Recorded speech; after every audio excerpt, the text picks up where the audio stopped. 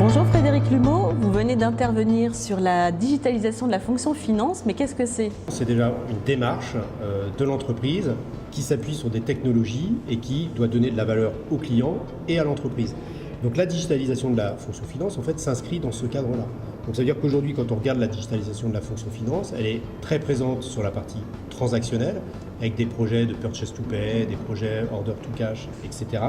Mais c'est pas totalement une digitalisation, la plupart du temps, ce n'est qu'une dématérialisation, parce qu'on oublie cette partie, justement, de donner de la valeur aux clients et à l'entreprise. On essaye juste, nous, de traiter les factures mieux, et souvent, ça ne marche pas parce qu'on n'a pas embarqué toutes les parties prenantes de l'entreprise. Donc en fait, la digitalisation de la fonction finance se fait si et seulement si on casse les silos dans l'entreprise. C'est-à-dire qu'on va réussir à faire la digitalisation si les achats sont avec nous, si les ventes sont avec nous, etc. Donc ça, c'est le premier point. Deuxième point, c'est qu'aujourd'hui, quand je regarde l'état actuel de la digitalisation sur les fonctions finance, j'ai globalement une partie transactionnelle qui est un peu commencée, on va dire, même bien entamée.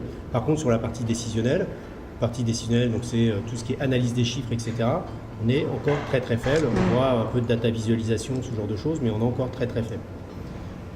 D'accord. Et donc même si on est très très faible, il y a quand même un début de digitalisation de la fonction finance. Et quelles sont les conséquences en termes de management et de compétences des membres, enfin des professionnels de la finance? Alors en termes de management, ça veut dire que, première chose, c'est qu'il va falloir accompagner le changement. Vous imaginez qu'effectivement, demain, sur la partie transactionnelle, il y a des gens qui faisaient un métier hier qui ne vont plus le faire demain, qu'il faudra peut-être accompagner vers d'autres horizons ou qu'il faudra former pour qu'ils aient une posture en termes de responsabilité. Leur métier va changer. Là où ils étaient dans un métier de production, ils vont devenir dans un métier d'analyse. Donc il va falloir accompagner ce changement. Et ça, c'est le premier rôle, entre guillemets, du directeur financier.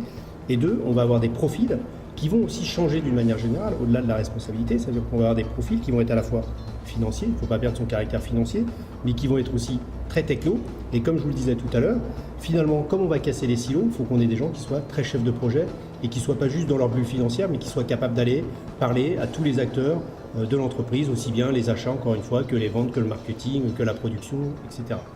Donc vraiment, on va dire, des profils polyformes. Et c'est ce qui fera aussi, comment on va attirer ces profils polyformes? On va attirer ces profils polyformes parce qu'on sera digital. Merci beaucoup. Je vous en prie.